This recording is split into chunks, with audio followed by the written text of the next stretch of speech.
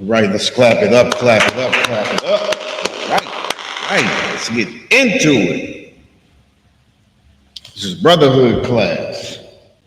You know, the Israelite School of Universal Practical Knowledge started out of 1 West, 125th Street, Harlem, New York, under Commanding General Yohana. Been bringing this truth since 1969. That truth is, the so-called blacks, Hispanics, and natives are descendants of the greatest people that ever walked the face of this earth. And the Bible identifies us as the true biblical Jews of the Bible. And just as the true biblical Jews of the Bible, we all suffer under our oppressor.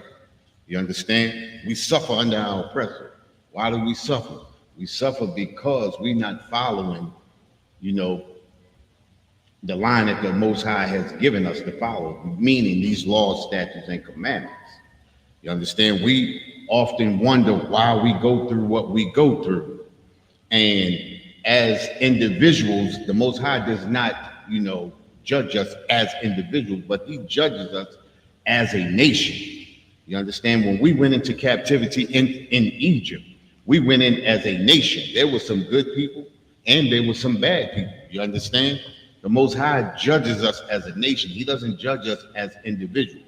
So we often hear a lot of people saying, well, why, if God is real, why does he let these things happen? He's real. He's definitely real. But we are a family, and families suffer together. And the only way we come up out of this suffering is if we come back to what the Most High has given us, the law, statutes, and commandments. You understand? What we talked about a few weeks ago, we talked about the destruction, America's destruction of black and brown families. And we are destroyed as a nation of people. We often look at people like LeBron James, and we look at, who's that, Charles Barkley and Shaquille O'Neal, and we look at them and say, well, they prospering, right? We think of them as prospering, but they really not prospering. You understand? When we look at them, we have to understand that they are slaves just as we are. They just $1 million slaves. You ever seen that book, Cap, $1 Million Slave? You got a book out called $1 Million Slave. Listen, we say it all the time, right? You can't be a millionaire or a billionaire if someone can take what you have away from you because of your thoughts. You understand? Your beliefs. You understand? When you believe something is true and someone can take it from you and take something from you, then you're not that thing that you think you are. One thing that we know that we are is we know that we are the true biblical Jews of the Bible, because that's what this book tells us. What we're going to talk about today is the America's destruction of black and brown families. Now, like I said before, we started off a few weeks ago and we talked about the Vietnam War. You understand? And we just going to go back a little bit and go back into some of the things that we already talked about. Now, when brothers went into that Vietnam War, that was a war that we as black people should have never been in. You understand? That had nothing to do with us. But a lot of our brothers went into that war thinking that when we come back from that war, opportunity will present itself to us. We thought that same thing in World War I. We thought the same thing in the Civil War. We thought the same thing in World War II. Nothing has changed with our oppressor. You understand? Our oppressor was created to be the oppressor that he is. What does that scripture say? That scripture says, who can make that straight which I have made crooked? You understand? We as a people, we always believe that we can change the heart of the oppressor. We cannot change what the Most High has created a thing to be. You understand? We can't. So a lot of our brothers went into that Vietnam War believing that coming home from that war, that they would get recognition. You understand? Job opportunities would open up. They would be able to provide and take care of their families. You understand? But the oppressor had another thing. You understand? In mind. You understand? Going into that Vietnam War, our oppressor subjected our brothers and sisters, or our brothers, to heroin, opium, things like that. You understand? So when they would come home, they would be unuseful to the community at best. You understand? Brothers did not come home to jobs. So that was one of the linchpins that helped the oppressor begin to destroy black and brown families. You understand? Understand something like this. All the way up, think about this. We were freed in 1860, so-called freed in 1863. It didn't go through until 1865. In 1921, we had millionaires. You understand? And you ask yourself, how does a people come out of slavery and in damn near less than 60 years have millionaires coming from slavery? How is that? There's only one thing that happened, you understand, that helped us to achieve that. You understand? We believed in each other. We knew we had to rest and we had to depend on each other. You understand? Our oppressor did not want to help us. And think about it, in 1921, if we were becoming millionaires, what was happening to our oppressor at that time? Our oppressor was going through his Great Depression. Now, as an oppressor, you have so-called newly freed slaves. And as you're going through poverty, they're becoming millionaires. That would make any oppressor hot. That would make any oppressor want to destroy the very people he's so-called free. And let's not forget too, emancipation means to be released as private property and turned over to the state. So in essence, we were so-called free from private slavery, and then we went into capitalism slavery. We became property of the state. You understand? So now getting back, that Vietnam War sent brothers home high on heroin, high on opium and things like that. And remember, all of those Asian states, and this is just a footnote, those Asian countries are where you have all the opium dens. This is where opium and heroin came from. You understand? So all of those Asians, they were the first ones getting high on heroin and opium and things like that. You understand? And they just introduced it to us. And I mean, our US government introduced it to our brothers over there in Vietnam. You understand? What's going on, Picard? It's good to see you, brother. So, in coming home from that Vietnam War, a lot of brothers thought that they were going to be able to, get better jobs, be able to take care of their families and things like that. You understand? We thought that that was what was going to happen, but our government had something else in plan. What's going on, bro? How you feeling? Okay. Good to see you. You understand? Our brothers thought they were going to come home from that Vietnam War and they thought they were going to, make a difference. You understand? Thought we were going to be back on the road to prosperity. But that was the last thing that our oppressor had in mind. You understand? He came home. He had our neighborhoods flooded with heroin and things like that, destroying our families, breaking up the families and everything. With that happening, then we went into child welfare. You understand? Because the brother couldn't have come home and he couldn't get a halfway decent job. Sisters had to go on welfare. You understand? Because it wasn't being given to the brothers. Sisters had to go on welfare. Well, in going on welfare, what happens? In going on welfare, especially between 1963 and into the 70s, when you went on welfare, they said to black and brown families that a man could not be living in the house if you're on welfare. Hence, now you had to kick your man out of the house. Broken family. This is the beginning of destroyed families. You got some, Cap? Or they had to hide the father when they come past. You remember that? It was a TV show that came on back in the 70s, and they showed just that. You understand? And I was actually privy to that in the early 90s. You understand? When my kid's mom, we needed welfare because she had my daughter was born and she wasn't working and we needed the money. And they told her the exact same thing. They told her that if she got this welfare, then I couldn't be living under the same roof. Okay, no problem. He don't live here. You understand? I was fortunate because they didn't send nobody out to look in your house and check your house or anything like that. You understand what I'm saying? But these are the things that they use to destroy us. We have to understand that we cannot rely on America to take care of us. Sir. Matter of fact, if I'm not mistaken, you can check, dig through this and see if you can get it out of that.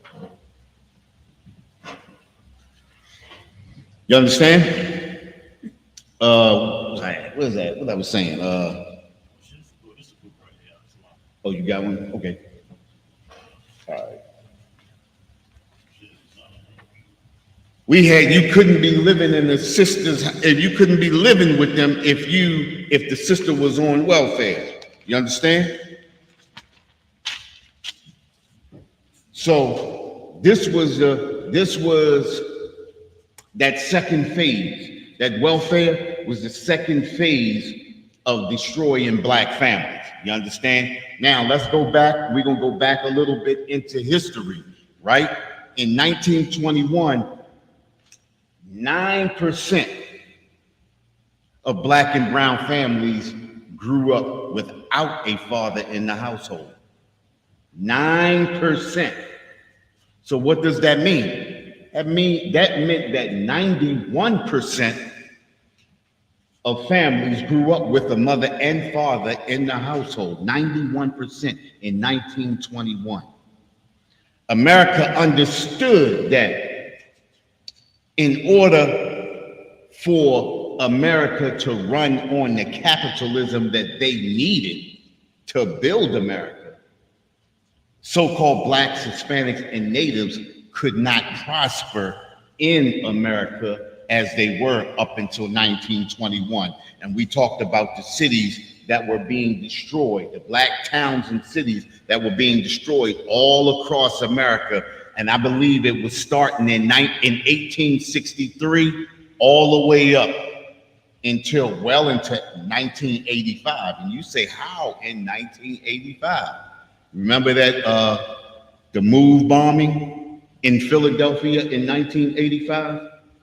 Listen, America never stops destroying us. You understand? It will never stop happening with America. What you got, bro? Right. She said she was born in 1916. And my brother said his grandmother was born in 1916. Yeah, 1916. She died in 2015. Right. She was 7. She was in some town in Louisiana, and they chased all the black people out of town. Right. And flooded the town. Right. What was the name of that town again? I don't remember. You said it was in Louisiana? It's somewhere near St. Rose, something like that. But you said Louisiana. Louisiana. Okay. You understand? But listen, it's a lot of towns that haven't been mentioned. You understand? We just know of a few of those towns. Seneca Village, Rosewood, what's that? They had a couple in North Carolina. They had the North Carolina riots and everything like that. Hey, listen, it was quite a few towns all around America. You understand? That blacks were prospering in. You understand? And one thing that your oppressor does not want to see happen is blacks and Hispanics prosper. You understand? But we have to understand the mindset of our oppressor. And that's the thing that we don't understand. You understand? Can I get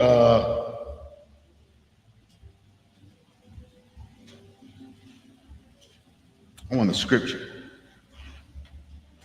Proverbs chapter 29, verse 18. I got it. You said Proverbs 29:18. Yeah, let me grab it first before you get there, before you start reading. Make sure we on the same page. Proverbs 29, verse 18. Go ahead. Book of Proverbs 29:18.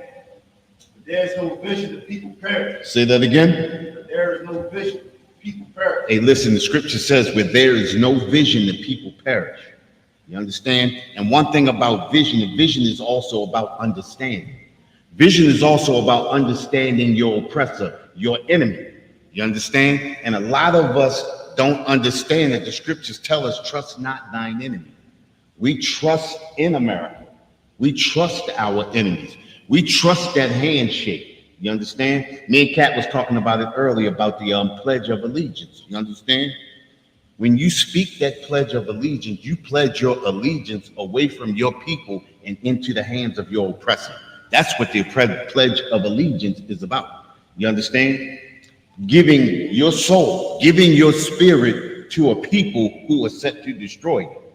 That's the whole purpose of that Pledge of Allegiance. We have to understand where there is no vision, the people perish.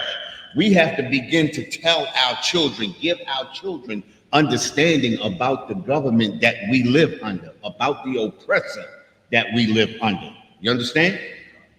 Go ahead. But he that keepeth the law, happy is he. Hey, listen, it says, he that keepeth the law, happy is he. We keep these laws, statutes, and commandments. Listen, we don't have to worry about breaking America's laws if we keep these laws, statutes, and commandments. Not only do we not have to worry about breaking America's laws, but happy will we be.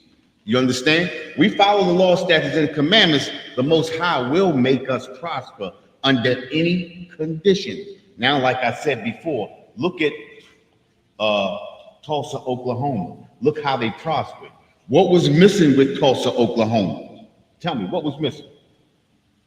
White. No. Brotherhood, not so much brotherhood. I mean, not brotherhood as we look at it. You understand what I'm saying? Not brotherhood as ISUPK, not brotherhood as biblical brotherhood. You understand? The thing that they were missing was the Most High. You understand? The thing that they were missing was the Most High. You understand? Because had they not been missing the Most High, none of those cities and towns would have been destroyed. We would have prospered so much so we would have overran the oppressor. Christ would have returned and destroyed them. You understand? We'd be living in our heaven and they'd be living in their hell right now. Listen, heaven and hell are only conditions on this earth.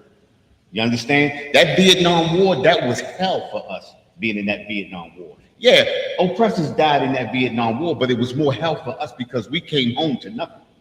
You understand? Child welfare is hell to us. Child support is hell to us. You understand? Think about who's being destroyed on these things. Think about these things that are being used against who? Because think about this too, right? Welfare is used all the way across the board, but we're the people who get edged out the most. You understand? Most times more than many. You understand? Our oppressor does not get ousted out of welfare. You understand? They don't get the hammer brought down on them out of child support. You understand what I'm saying? These things don't happen to them. These things that they use are being used against us to destroy us. Sisters go out here and they get on that welfare, not understanding. Think about it, right? And I don't want to get too far off, but think about welfare. What does welfare do to most sisters on it?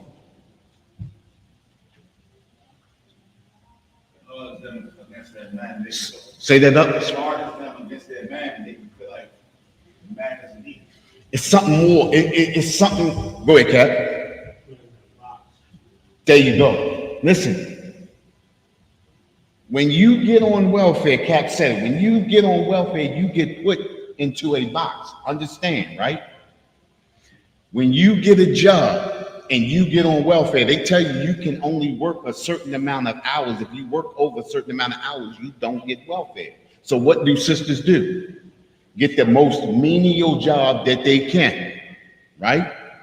So that they can get this thing right here, not understanding that if you take your brother and help your man out and take him and his job, the menial job that he got, you'll get more than you have on that welfare.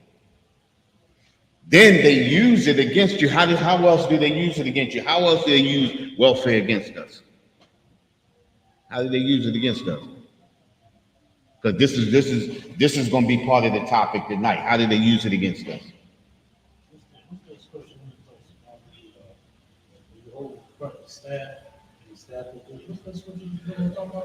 You talk. They use it against you.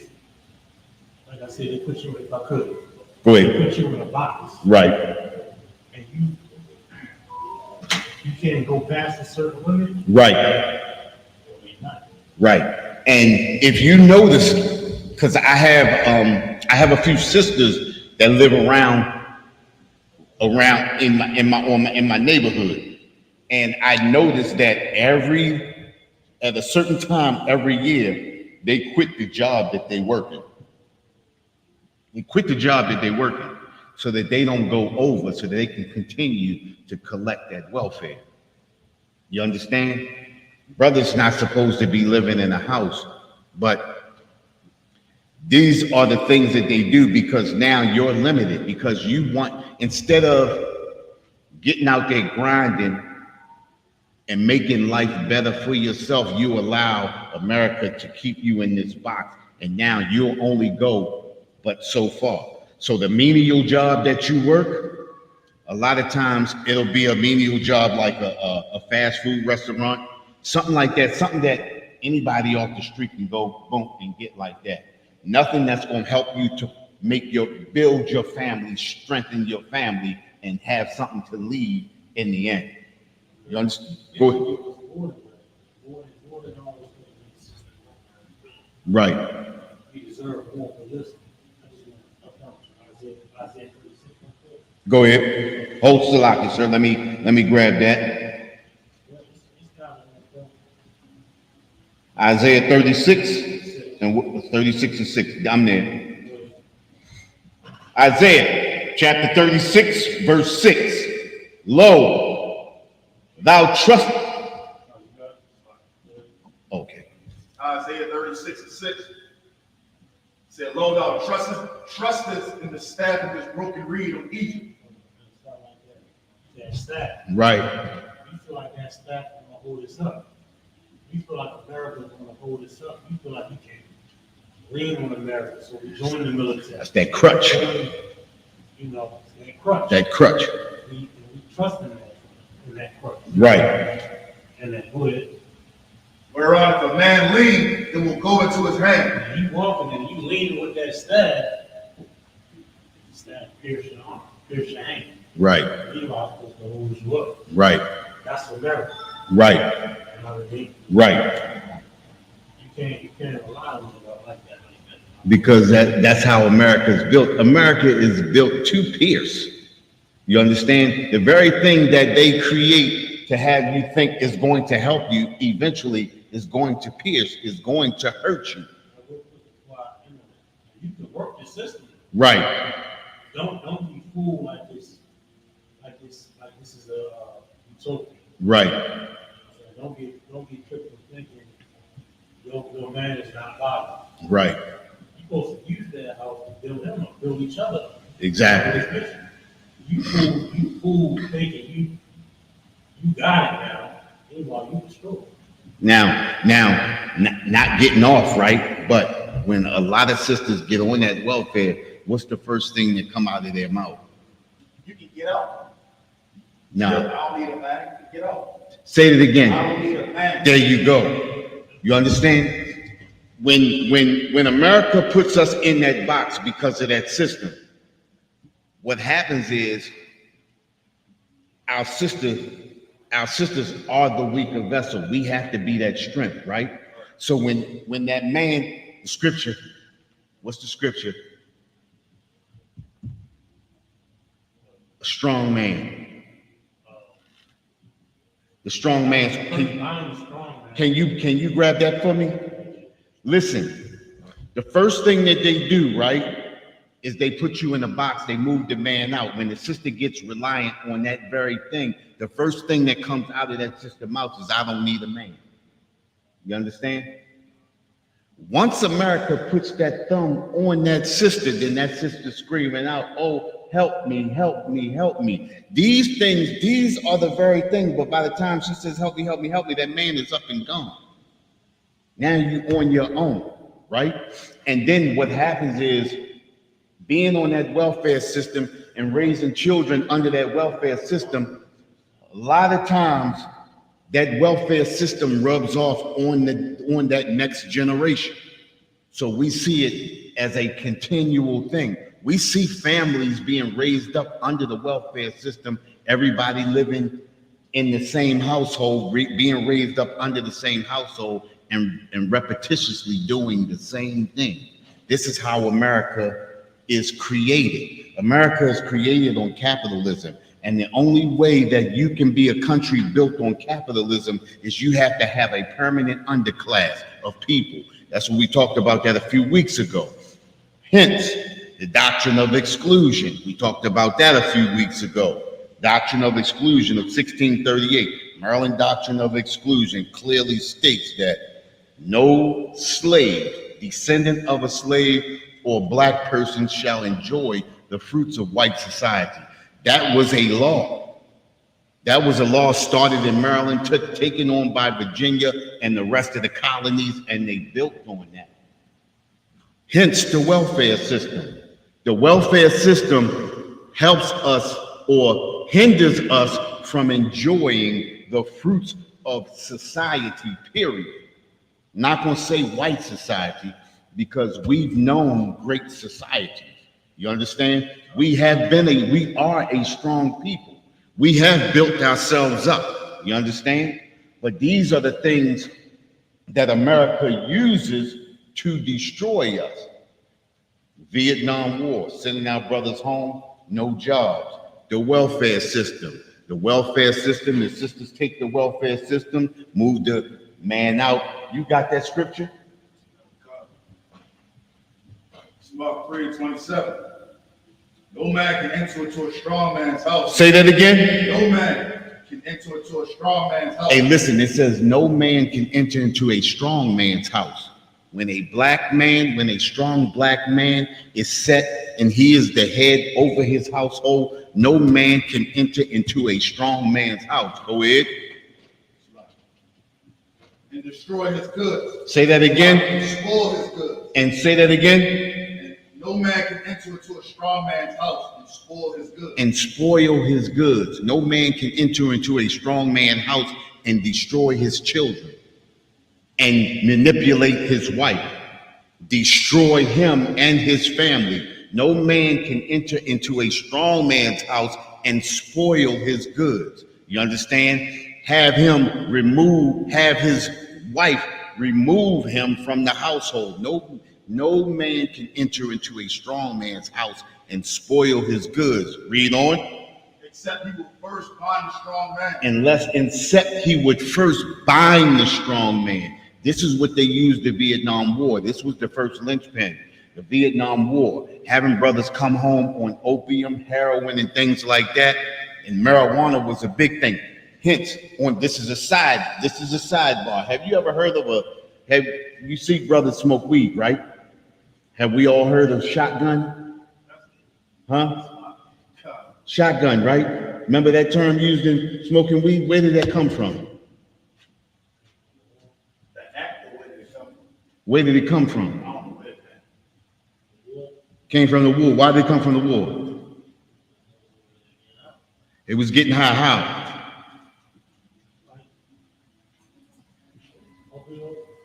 No, you was kind of right.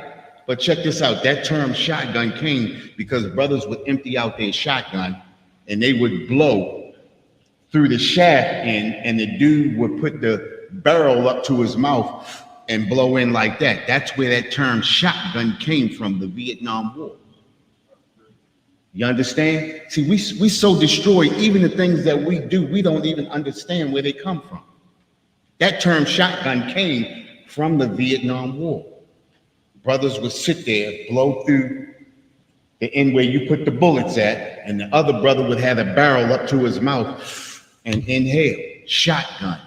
That's where that term came from. See, and we got to understand everything that America does is to destroy us. In the Vietnam War, second off, brothers were 65 to 70% most of the time put on the front lines first. So they saw that rigid and raw action and came home mind destroyed. So either you came home a fiend, or your mind was totally twisted, or you came home to no job. So it was a lose-lose situation. Go ahead, Cap. And they still in that military mindset. A lot of them Exactly. One they can't even talk about it without going crazy. Not at all. The word silent. I don't know if you ever go. What did you Gray say? Matop? Right. And listen, that was the perfect representation of that Vietnam War. Now, I don't know if you ever see that movie Lackawanna Blues? Lackawanna Blues. You see the crazy dude that was in there? The Vietnam War. That was how brothers came home. You understand? That opium tears your mind up. You understand? Seeing all of that stuff going on over there tears your mind up. So now you send them home, and guess what? The strong man has been binded. You understand? Go ahead. That's why you said learn not to wear the heathen. Hey, listen, learn not to wear the heathen. We speak. Listen, that's a bedrock scripture. The scripture says, learn not to wear the heathen, right? Was we finished with that? That was it on that? Read it again. No, that was it. Go ahead, read it again anyway. It's Mark 3:27. No man can enter into a strong man's house and spoil his goods, except he will first bind the strong man, and then he will spoil his house. Hey, listen, once he binds a strong man, right, then you can take over that whole household, right? The household falls apart. When there's no man in the household, eventually a household falls apart. Listen, the Most High created order. Says it's the Most High, and then there's Christ under the Most High. Man is under Christ, and the woman is under the man. You understand? And the children go under the woman. But if you remove any of those parts or pieces above that woman, that house sloppy. When you remove that man, that household is destroyed. You understand? Go ahead.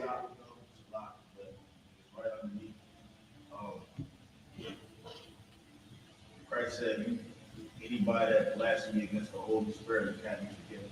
How do you blaspheme the Holy Spirit? Listen, it's a blasphemy is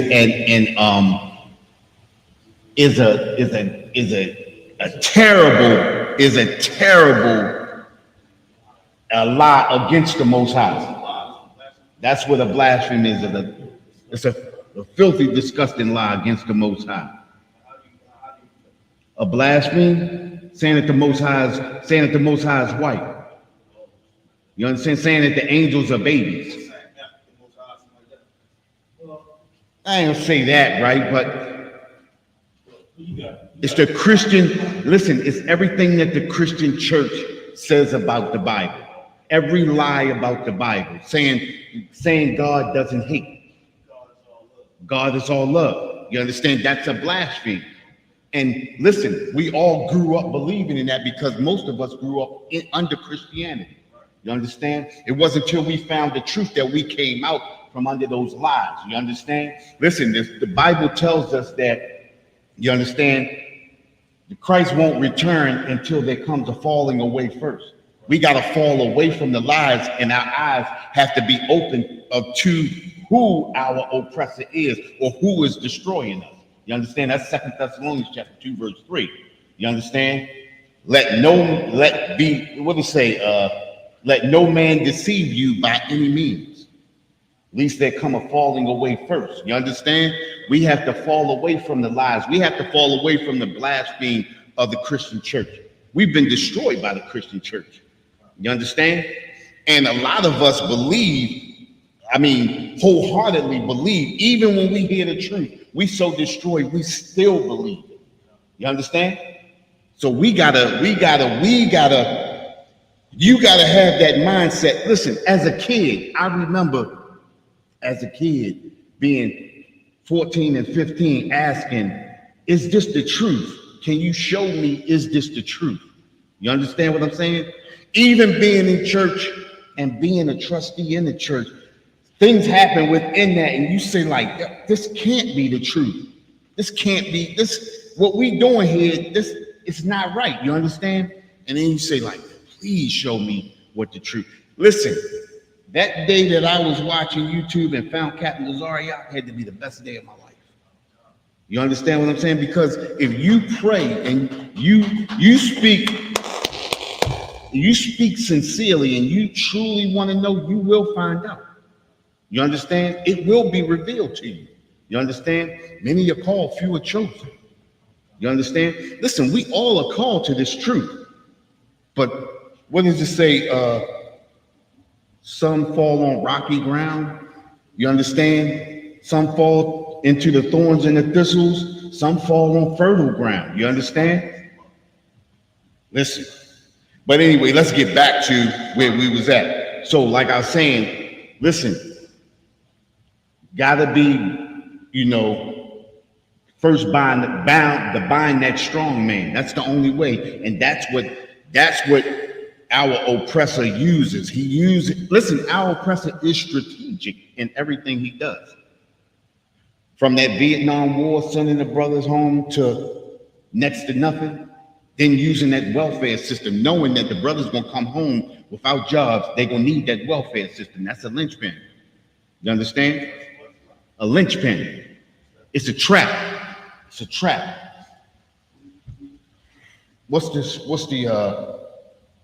It's like a trap, a snare, a trap. It's a trap. You understand? So everything that our oppressor does is strategically done in a way that eventually you're going to fall into something. You understand? If you're not following the Most High, eventually you're going to fall into something. So he used that Vietnam War, sending the brothers home, destroyed. Then he uses that welfare system. Then what's the next thing he uses after that? Drugs is already in there. We already, from Vietnam to the drugs, right? From the drugs to the welfare system, right? What's that next step after that? Moving them out of the house. We went there, right? You move them out of the house, then what you got to do after that? Got to take them to child support. You understand? These are the, listen. What we have to do is, all right, we got to stop thinking like we think. You have to look at the deeds of the oppressor. See, that's what this Bible is for. This Bible has the history of our oppressor. It has the history of every deed that he's done just about. You understand what I'm saying? You got to look at the deeds of our oppressor and then start to map out like, okay, if he did this here and he did this here, he did it here, he bound to do it here. You understand what I'm saying? Listen, Psalms 55 and 20. Let's grab that. 55 and 20. Psalms chapter 55 and verse 20.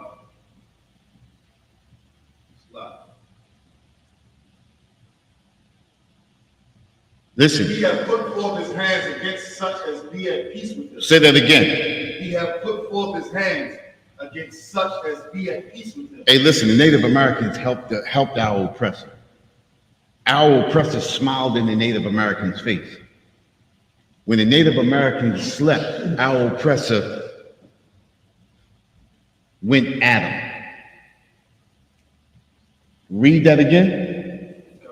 Psalm 55 and 20. He had put forth his hands against such as be at peace with them. Hey, listen, our oppressor went to war with a people that was at peace with him. Our oppressor went to war with a people that helped him to survive. Our oppressor had a plan before that to destroy these people after they got strengthened and strong. He had put forth his hand as such as be at peace with them. Our oppressor never knows peace. There is no such thing as peace to the oppressor. Look at the Native Americans today, destroyed. They are destroyed as a people. You understand? Living on reservations. What's a reservation? A concentration camp. You understand? Go ahead. I just came off the road. They everywhere. And they in places that you wouldn't think. That's the crazy part. And they on the side of the highway. It looked like. Wait a minute, let me stop. Hold, stop. Listen. You said they on the side of the highways, right? Major interstates. Wait a minute, stop. You said they on the side of the highways, right? Major interstates, right?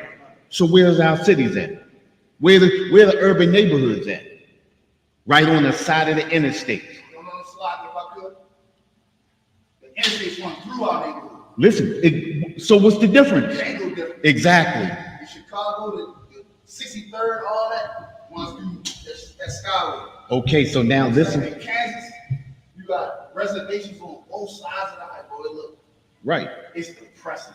Right. It's supposed to It's be. depressing. It's supposed to be. Montana, they got their own. Stop. Listen. Why is it depressing? Because they're our people. No. I mean, of course they're our people, yes. But why is it depressing? Because he had put forth his hand. No. Listen. Why is it depressing? It's depressing to keep you in that state. You must first bind the strong man. When you keep a people in a depressive state, those people stay high. Those people stay drunk. Those people stay unemployed. It's a plan. See, listen, we plan stuff for next week. Our oppressor plans for 30 and 40 and 50 years down the line. He plans so that his grandchildren and his great-grandchildren can be in heaven. He plans so that our children and our great-grandchildren can be in hell. We go home to gunfire. So immune to it now, so when we hear it, we don't even duck anymore. Where it come from? Around the corner. Let's go see what happened. You understand what I'm saying? When at a time, it was a time when you heard a gunshot, you ducked and you ran. We destroyed as a people. These are the things that they use to destroy us. So now, child support. When you take child support, right? When a woman takes a brother to child support, 9 times out of 10, what's going to happen? True, right? But it's something more than that. See, listen, think like the oppressor. Think like the oppressor. You got some, Cat? What's going to happen? There you go. But it's going to be that animosity is going to be there. And it's never going to get back together. You understand? Here.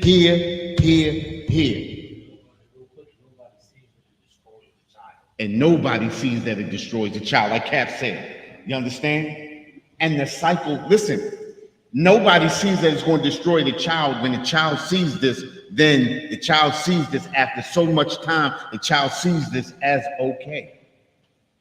So when that child gets older and that child tries to have a family, if it doesn't work out, then it's okay not to be together. It's okay.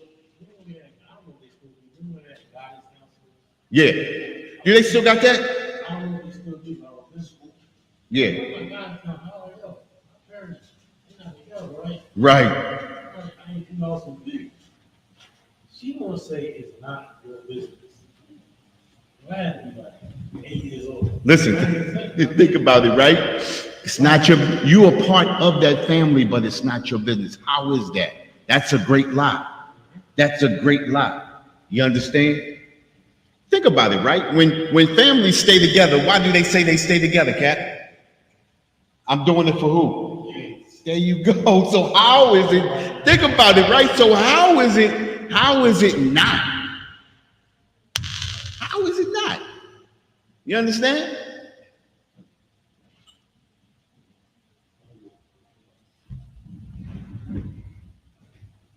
How is it not? So now you got child support, another linchpin, destroying the family, right?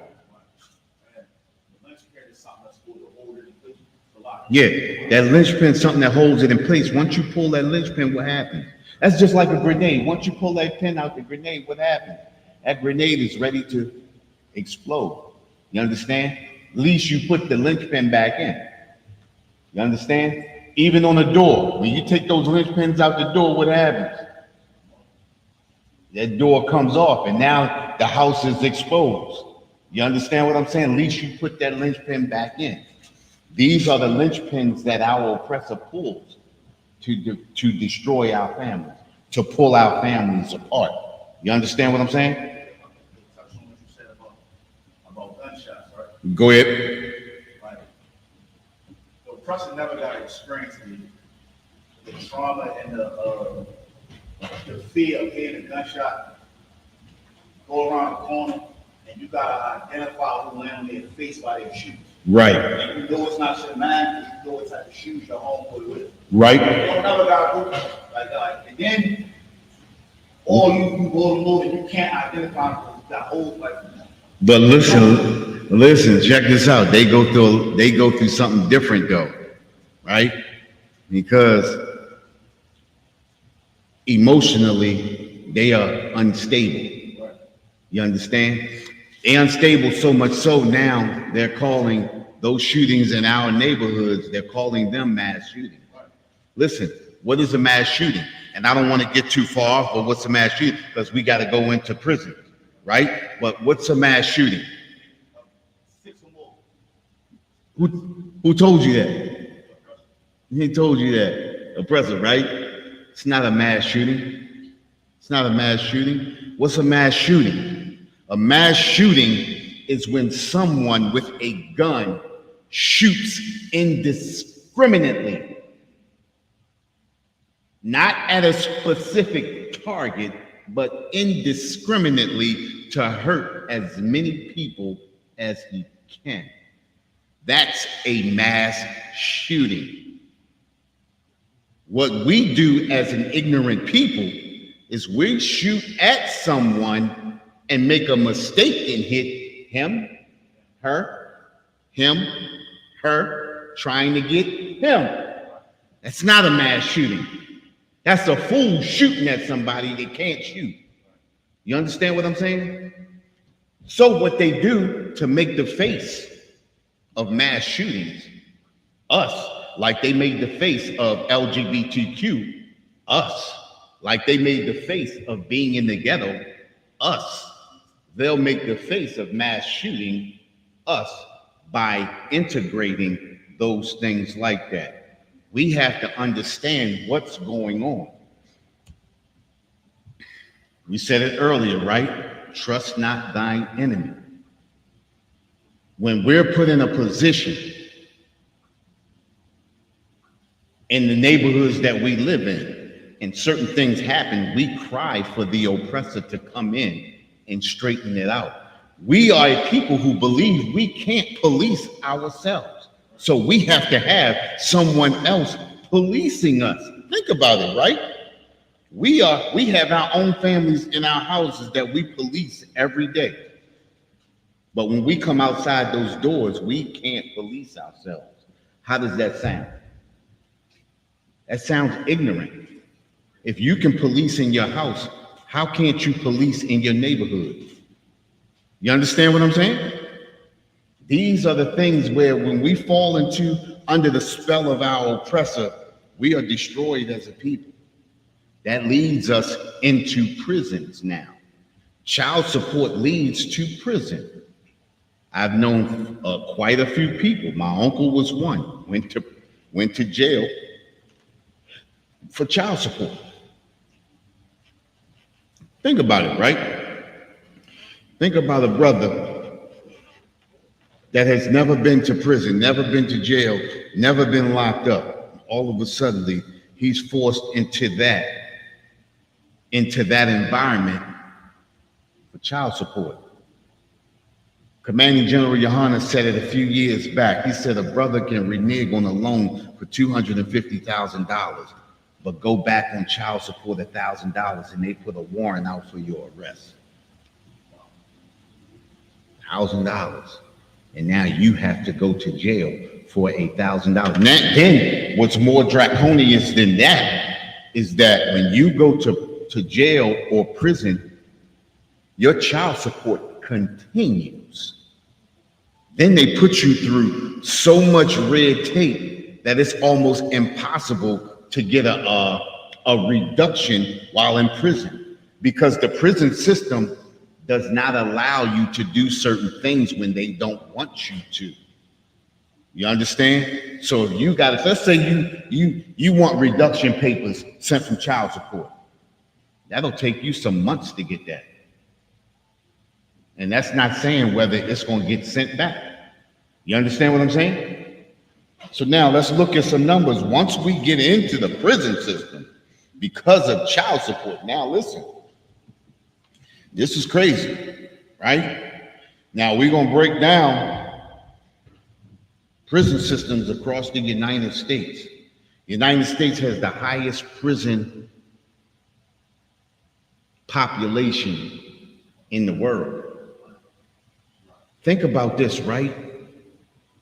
The United States has in prison 3 times as more people as China, and China is in the billions. Billions. You understand what I'm saying? The United States state prisons, how many state prisons are in the United States? 1,833. Now that's just 3 years ago, because I did this 3 years ago. It's not counting, right? No, wait, whoa, slow down, cowpoke. Slow down. Yeah, listen, 1,833 state prisons, right? You have 110 federal prisons. You got 3,134 local jails. Think about this. How many juvenile correction centers do we have? In Maryland? No, in the country. How many in Maryland? One downtown. Cheltenham. Listen, stop. See, listen, you know Baltimore. Right. I said the state. Cheltenham, PG. Okay, so listen, I'm skipping over all that. 1,772 in the country. Listen, 52 states, right? 52 states. Divide that by 1,772. I'm just saying, you ain't got to do the numbers, but I'm just saying, look how many on average could be in every state. Not to mention the privatized prisons that are popping up now. Now, I don't have the numbers on the privatized prisons because I did this 3 years ago, right? Immigration detention centers, how many? 35 and a half. You understand? Listen, immigration detention centers, 218. Listen, America plans on keeping us right where we are so that they can make this money.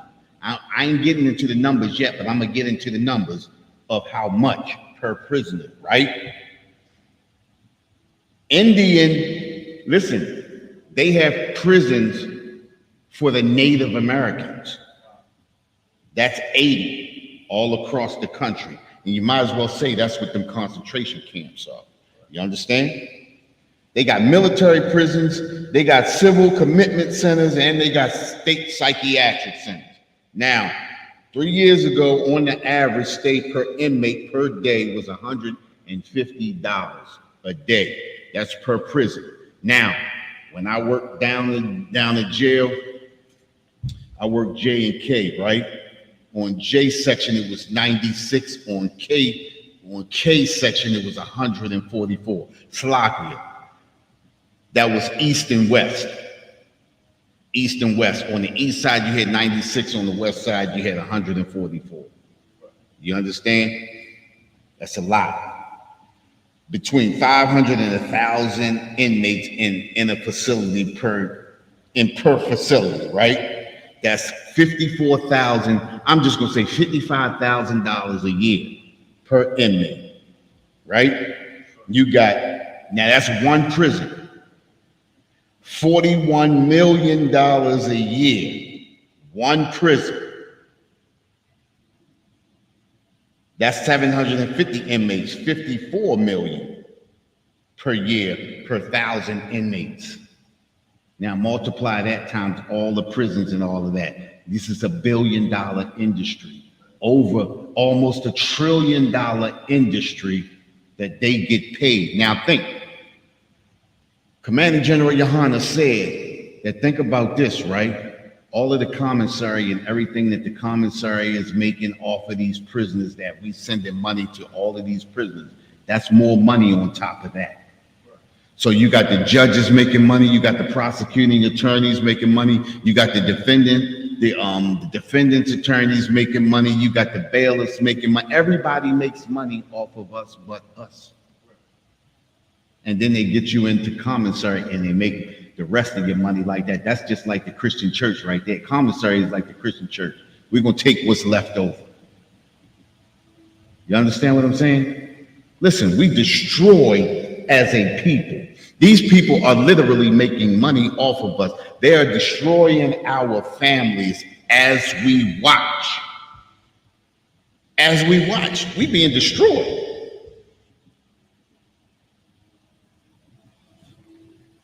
$54,000, $55,000. Now this is 3 years ago, and the economy has already risen 2 or 3 times since then, right? So you can actually say it's probably about $60,000 a year now, over that. Because in some of these prisons, they getting $84,000 per prisoner. Paying the guards getting paid, and all of these privatized prisons, you got families working these privatized prisons. Think about it, right? What's in Cumberland? Somebody tell me what's in Cumberland. What's in Cumberland? No, but what's besides the jail, what's in Cumberland? Nothing. How is Cumberland thriving? Go ahead, Cap. Some secluded areas where these facilities are at. Right. It's the only academy for that time. Right. And that's what we're getting to right there. You understand? These private prisons and these prisons that are out there like Cumberland and things like that are the thing that's making these towns grow, are making these towns thrive. I went to my son had my youngest had a lacrosse game. This was a few years back. He was little, right? And I was saying to myself, like, what is out here that's got all of this? Because it's no industries or nothing. Come to find out, it was a prison out there where he was playing at. You understand? In Sykesville. And they got the Central Laundry out Sykesville. You understand? These are the things that they use against us to destroy us. You understand? Hey, give me, I want to get this scripture. Isaiah chapter 30, verse 1. Isaiah chapter 30, verse 1. Woe to the rebellious children. Salat, you hold on for a minute. Wait a minute. Salat. My bad. I'm looking the wrong way. Go ahead. Say, woe to the rebellious children, said the Lord. Hey, listen, it says, woe to the rebellious children. What does woe mean? Woe means destruction. Destruction to the rebellious children. Go ahead. Said the Lord. But not of me. Say that again. Read that over again. Say, woe to the rebellious children, said the Lord, but not of me. that take counsel. Oh, Salaki, said the Lord, that take counsel, but not of me. And that's the problem with us right there. See, we take counsel, but we don't take the counsel of the Most High. We like to take the counsel of America. We talked about that earlier, about that Pledge of Allegiance. You understand? We like to take the counsel of America. We believe in the lies of America. You understand? We believe in the things that America tells us. We believe everything that America says. Listen, that's propaganda. You understand? Believing in those lies of America, believing that this is one big melting pot. You understand? Believe that everyone should get along, believing that we can intermarry, intermingle, and things like that. These are the lies of America. These are the things that destroy us. Think about this, right? What's his name? Clarence Thomas on the Supreme Court? How can you be a brother on the Supreme Court and go against, what did he go against? He's against, what's the thing that helped black brothers? Affirmative action. How can you be a brother and be against affirmative action? Why is he against affirmative action? There you go. You understand? Listen, when we intermingle and intermarry, it clouds our judgment. It makes us, our thoughts change. We begin to see through the eyes of the oppressor. We stop seeing the pain of our people and we begin to see through the eyes of the oppressor. You understand? We believe in the lies of America. You understand? Go ahead.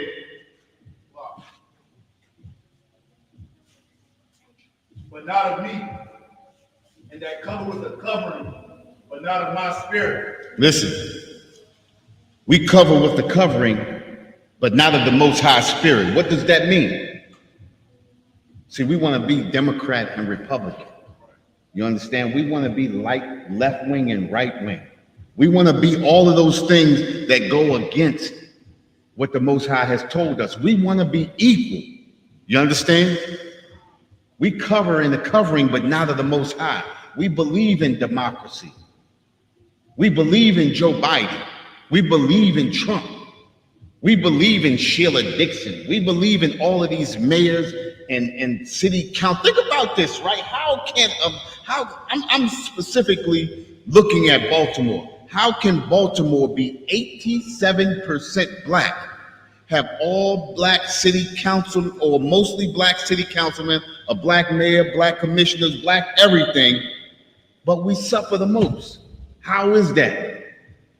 Because we cover in a covering, but not of the Most High. You understand? We believe in everything America. We don't believe in anything biblically. We don't believe in anything of the Most High. We don't believe in the truth. This is the reason why we destroyed as a people. This is the reason why we live in the way we live in. You understand? Go ahead. Isaiah chapter 30, verse 1.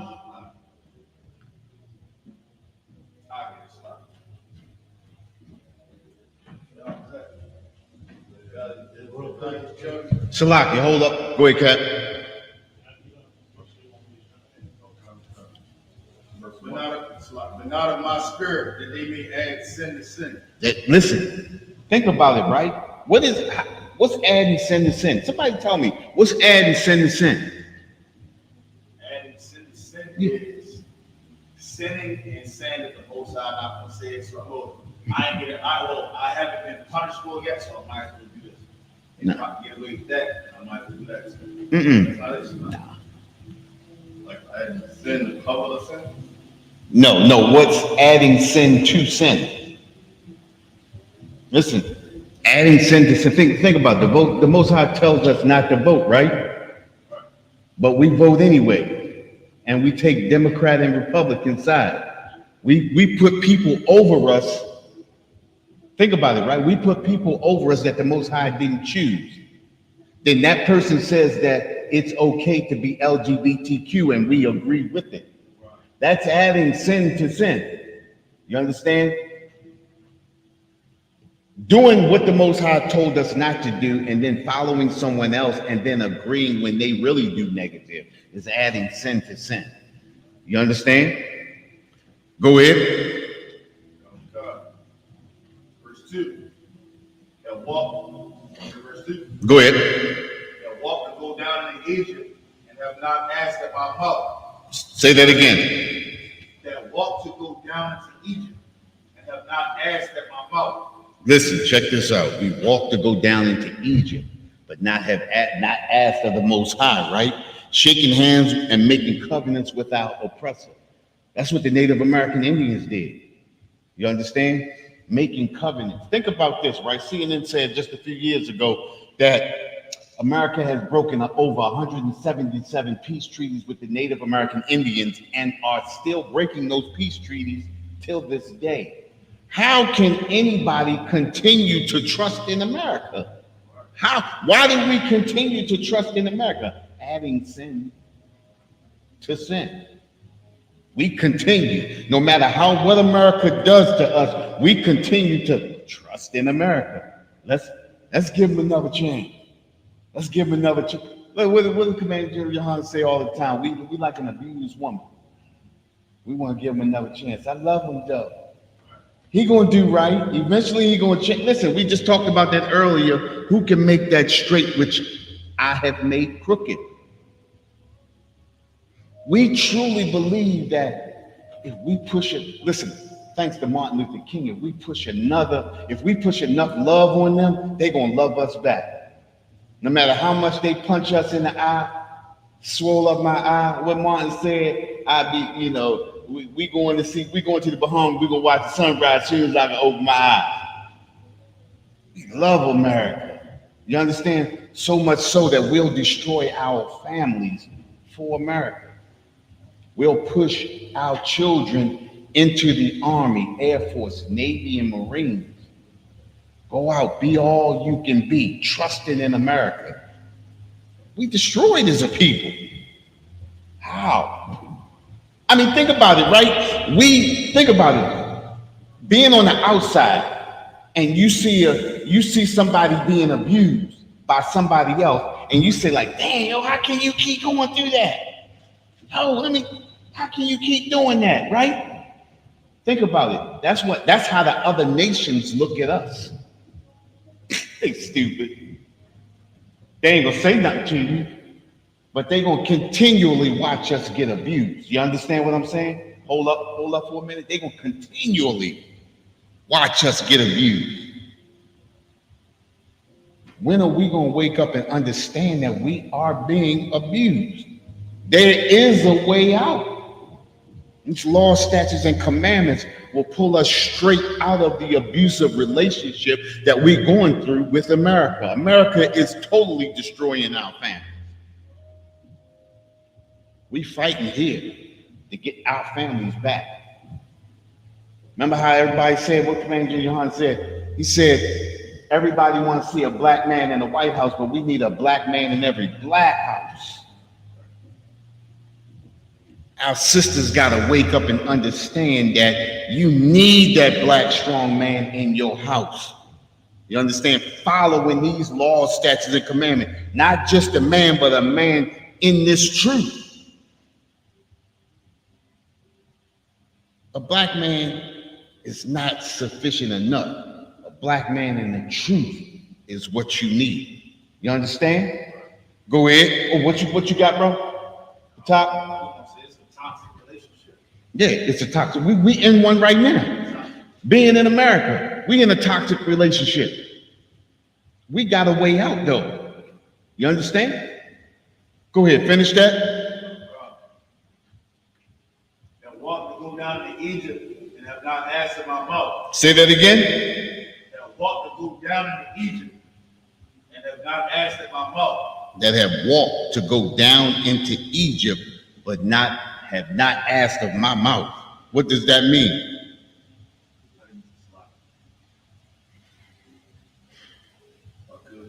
Go ahead.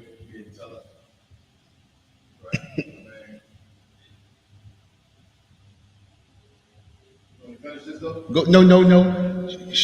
But that's, listen, that walk to go down into Egypt, but not of my mouth. Didn't we? We did that one already. To strengthen, Go ahead. to strengthen themselves in the strength of Pharaoh. And how do they strengthen themselves in the strength of Pharaoh? Go ahead. Like making those deals, like you talk about the trees and stuff like that. Something a little more than that. I mean, but that's part of it, though. That's part of it. But what's the main thing? How do we strengthen? Let's think about it, right? How do you strengthen yourself in America? How do we strengthen ourselves in America? Father. Right? But how do we strengthen ourselves in the 4th of July? How do we strengthen ourselves in Christmas? Celebrating the customs and culture. We get into it. We feel like we're a part of America. We feel like we're finally American. That's the one time, not the one time, but when those unholy holidays come around, that's the one time where we feel like we're a part of America. When we celebrating that 4th of July. Where were we at the 4th of July? 1776, where were we at? How can we celebrate it then if we were slaves? But when we celebrate that, we feel like we're strengthening ourselves in America. Think about those Olympics, the 1992 Olympics with the Dream Team. God bless. Remember that? Michael Jordan, Larry Bird, all that. Listen, I zapped out. You understand what I'm saying? I was strengthened in America. See, America knows exactly what to use to capture your imagination. America knows exactly what to do to reel you in. That hook out there, that Christmas is a hook. That 4th of July is a hook. That Olympic team is a hook. And then they make all the videos afterwards, and then you start watching the highlights of, damn, remember that? The hair starts standing up on your arm. Next thing you know, you happy to be in America. You understand what I'm saying? This is how we strengthen ourselves in America. This is how we come down into America and strengthen our. Go ahead, Cap. They had Shakira out there. Everybody was patriot. The sister that was running. Who's that? Oh, Lord, have mercy. Listen, do you know how many people went through the ceiling when they won? You understand what I'm saying? You know what I mean? And listen, even being in the truth, right? You feel that like, yeah. You understand what I'm saying? Listen, America knows what to do to capture us. You understand what I'm saying? This is how we strengthen ourselves in America. This is a linchpin. This is how America hooks us. Go ahead. Even the stimulus check. Oh man, listen. The stimulus check. Son, listen, when that stimulus check came out, I was waiting for the second one. Right. You understand? America knows. Got you. You understand what I'm saying? America knows that hook. Listen. We think about tomorrow. America thinks 40 years. 40 years now. We too. What do they call it? Too feeble-minded. We too short. You understand? Our thought process doesn't go past. You understand what I'm saying? Where our oppressor is, he's setting us up today for 40 years now. You understand? Listen, it says to strengthen themselves in the strength of Pharaoh. This is how we strengthen ourselves in America, by celebrating those customs and culture. And every time we celebrate those customs and culture, we destroy ourselves. Understand? Celebrating that Christmas, you destroy. Thanksgiving, think about it, right? Thanksgiving, what is Thanksgiving about? We always, listen, think about it. In kindergarten, they used to make us make the hand turkey. Remember that? have us drawing pumpkins and stuff like that. You understand? Telling us how, the Pilgrims and the Indians got together, after the winter and had a great feast and stuff like that, and everything was hunky-dory.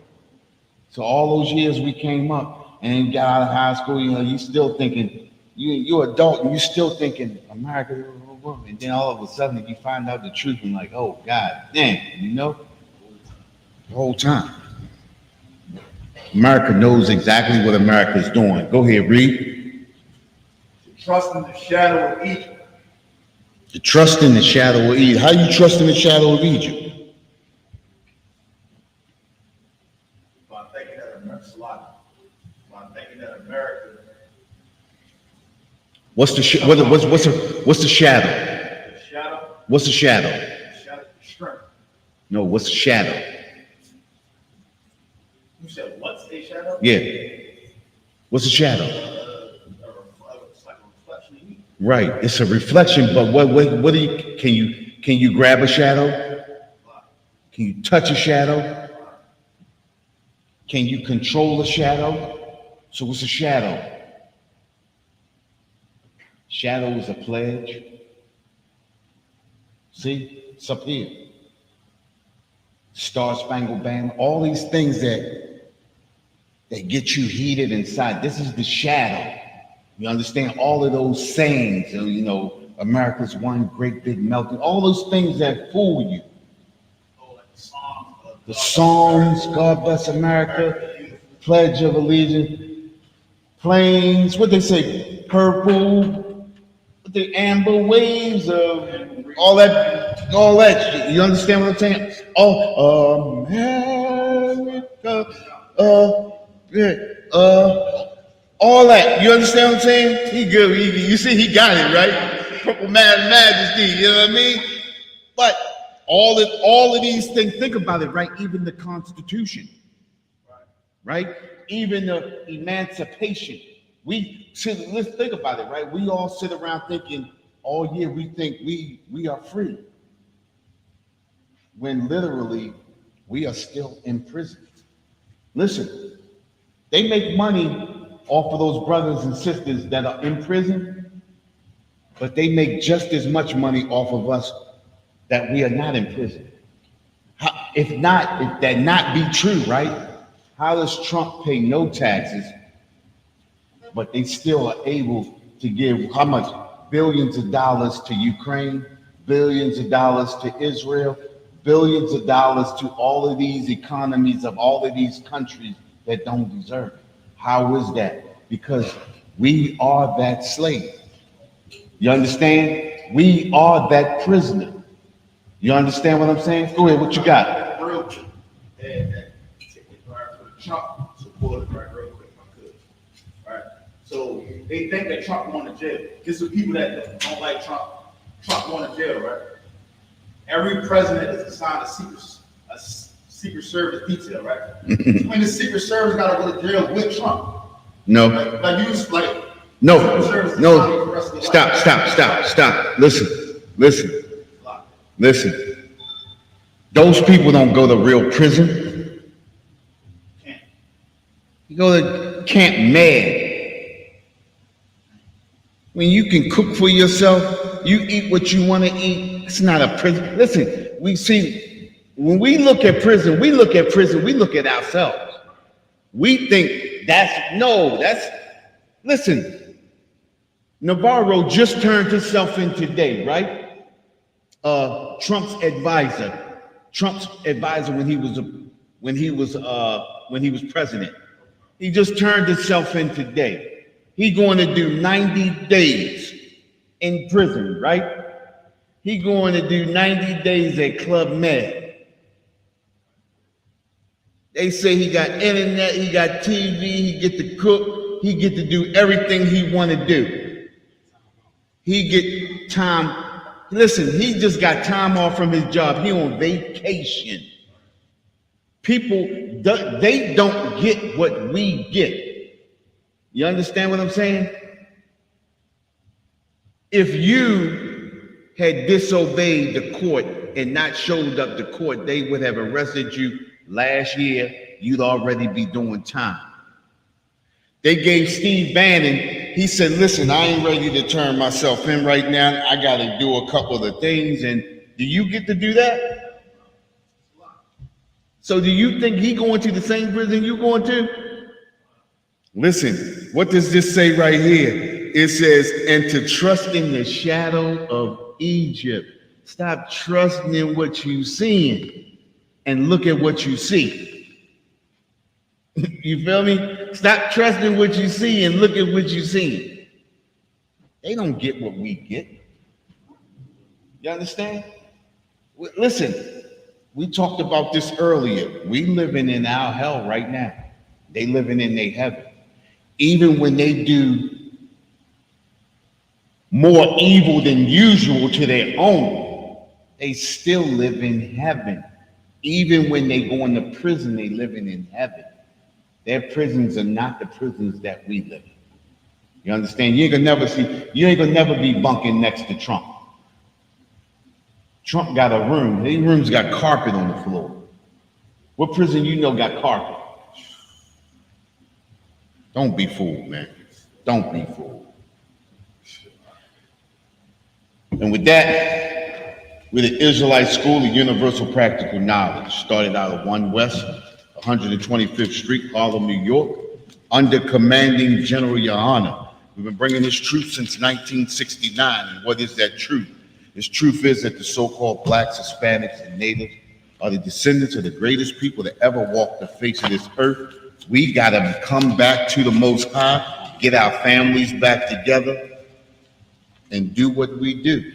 The only way we come up out of this hell is if we follow these laws, statutes, and commandments.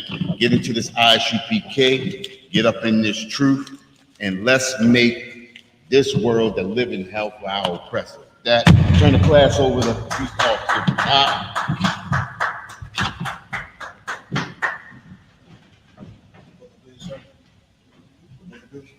Security announcement.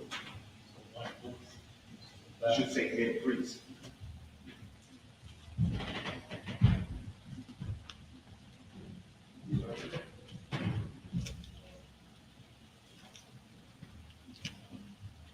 All the way. All in the back. Come. Hey, Shalom, Israel. We the ISUPK. Start out at 1 West 125th Street, Harlem, New York, on Commander General Yohana. New rules for brothers and sisters. When a new brother or sister comes into the school, they are off limits for 6 months. They'll be saluted only. They're here to shed themselves with the world. After 6 months, if the brother or sister has interest in a particular person, he or she must get permission from the head to speak to a brother or sister. It's another 6 months in which the brother or sister will court each other. After this 6-month period, the brother or sister will get permission from the head to marry. Tithes is a commandment.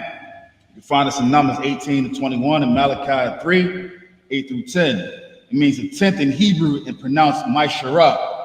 10% of every penny of any increase the Lord gives you, you're supposed to give that to the Treasury Department of the ISUPK. Priest fund is a free will offering to the priest. It's not mandatory. Whatsoever amount you would like to give. We have an upcoming Holy Convocation is Passover. That's April 20th through kind of festivities start through from the 17th through the 22nd. Make sure you get there. It's in Raleigh, Durham, North Carolina. $200 per person. Make sure you and your family pay that. Make sure you get there. Make sure you attend every event. Ramana Akim and Salaki, the Akim and Akwaki, and the check on social medias, ISUPK.com, Facebook, Twitter, YouTube, TikTok, Instagram for ISUPK events and materials. If a brother wants to be a trooper in the school, then he is supposed to be wearing all black, which includes boots, shirts, pants, headbands, and scarves. With that, we're going to stand and give one courtesy salute to the teacher, Minimum Israel Shemaji, Madim Shabbat, Madim Rock, Yahaba Shimel Shah Rock Thug.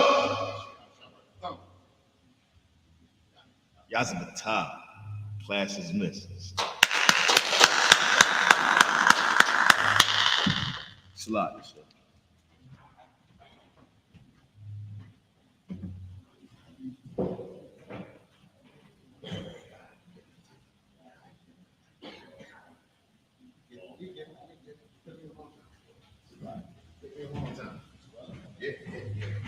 tired.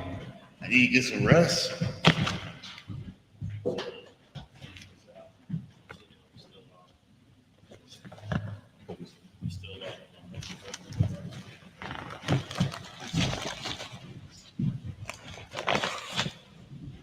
You got a headband?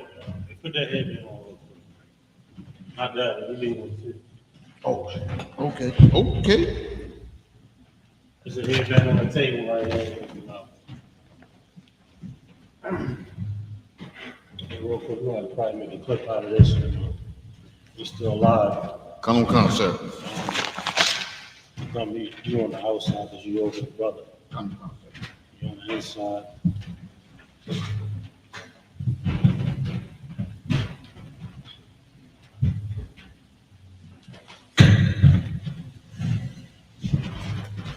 Excuse me real quick, I'm gonna grab this real quick.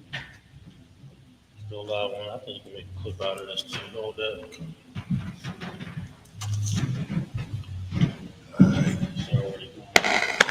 Yeah, clap it up real quick. All right. Just a couple of things. We got Trooper Bakar here. You know what I'm saying, brother been extremely diligent in the truth. You know what I'm saying, ordered himself of a great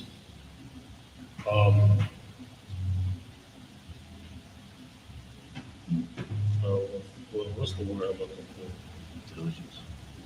I used that word already. Brother been You've been solid. brother been solid. That's God, a good thing. great. Been mad solid, Great. mad diligent, mad mature in this truth. You understand? Handling himself with great prestige. You understand? Of course, up here we already know that in order to advance past a trooper, you got to pass that test. You got to pass that officer's test, and that's what this brother did tonight. All right, all right. And we're gonna anoint this brother with oil and send these prayers up. He will no longer be a trooper, and there's less when he became an officer of 50 under Commander Giuliani. All right. Oil. There you go. A little much today. It's on there. Inside. I'll put it down for you.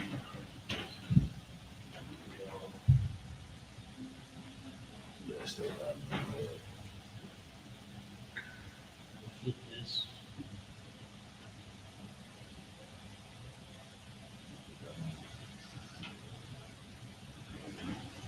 I know it's your prayer, brother.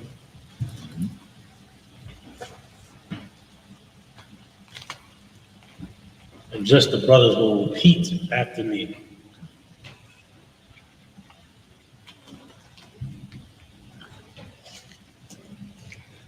Yabaraka Yahweh. Yabaraka Yahweh. Yashamarka. Yashamarka.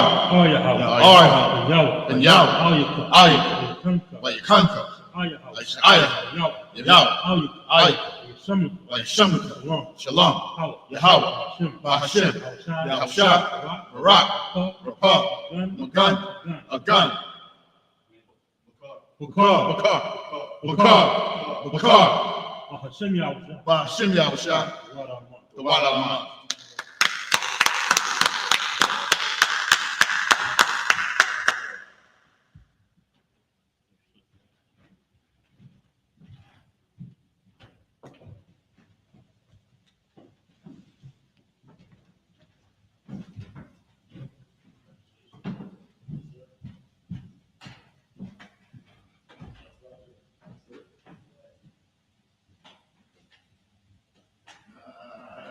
Man, that's big bro. All